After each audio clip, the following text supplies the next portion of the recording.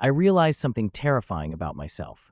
I was checking my phone over 100 times a day, not because I needed to, but because I couldn't stop.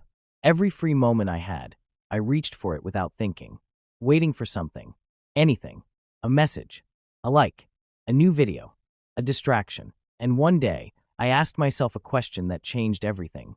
What if I stopped? So I did something I wasn't sure I could even finish. I deleted all social media from my life for 30 days. No Instagram, no TikTok, no Twitter, no endless scrolling, no feeds, no short videos.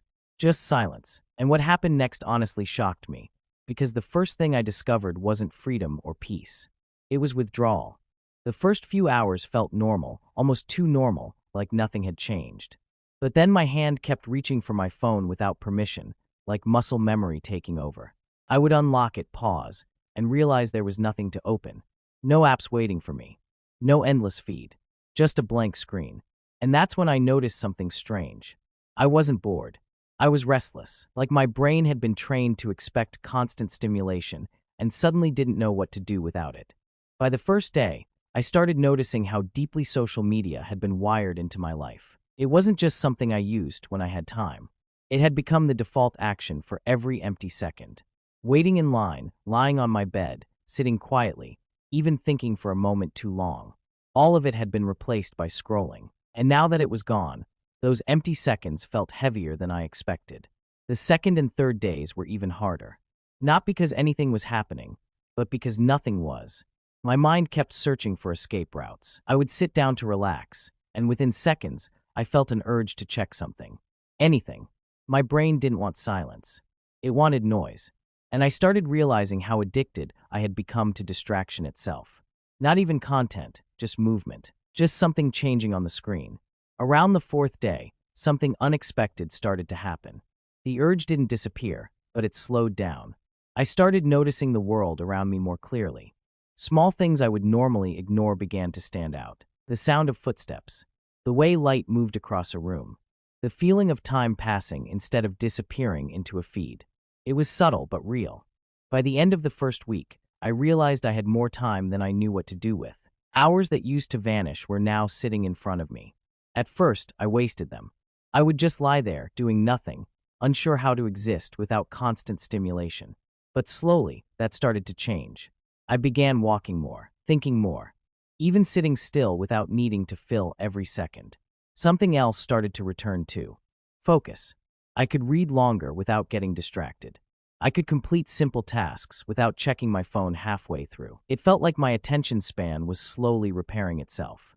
Not instantly, not dramatically, but gradually, like something rebuilding in the background. By the second week, the noise in my head started to quiet down. I didn't realize how loud it had been until it wasn't there anymore. Constant comparison, the pressure to keep up, the endless stream of other people's lives. It all faded into the background. And in its place was something I hadn't felt in a long time: mental space. That space changed everything. Thoughts I used to ignore started coming back. Ideas I never had time to think about began to form. I started reflecting more instead of reacting. And I noticed something deeper. Social media doesn't just take your time. It fragments your attention. It breaks your day into pieces so small that you never fully exist in one moment. By the third week, I wasn't struggling as much. The urge to check my phone was still there sometimes, but it no longer controlled me. It had lost its grip, and I started to feel something I didn't expect going into this experiment: calmness. Not excitement, not stimulation, but calmness. A steady kind of peace that didn't come from anything external. That my mornings felt different. I wasn't waking up and immediately reaching for my phone. I would just lie there for a while, thinking, or sometimes doing nothing at all. And strangely, it didn't feel like wasting time anymore.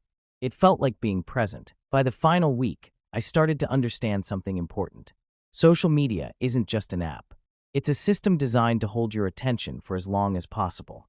And the more time you spend inside it, the less time you spend inside your own life. You start reacting instead of thinking, consuming instead of creating, scrolling instead of living. On the last day of the 30 days, I opened my phone again. All the apps were still there, waiting like nothing had changed. But I had changed. I didn't feel the same pull anymore. I didn't feel controlled. I felt aware. And that awareness made everything different. Because I could now see something I couldn't see before. How often I used distraction to avoid silence. How often I chose scrolling instead of thinking. How often I gave away my attention without even realizing it. And I asked myself one final question. If I could feel this different after just 30 days, what would my life look like if I stayed in control of my attention permanently? Because attention is not just focus.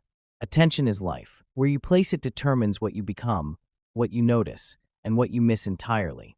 So I didn't delete everything forever. I didn't run away from technology, but I changed how I use it. Now I choose when to engage instead of reacting automatically. And that single shift changed more than I expected. Because in the end, the goal was never to escape social media. It was to escape being controlled by it.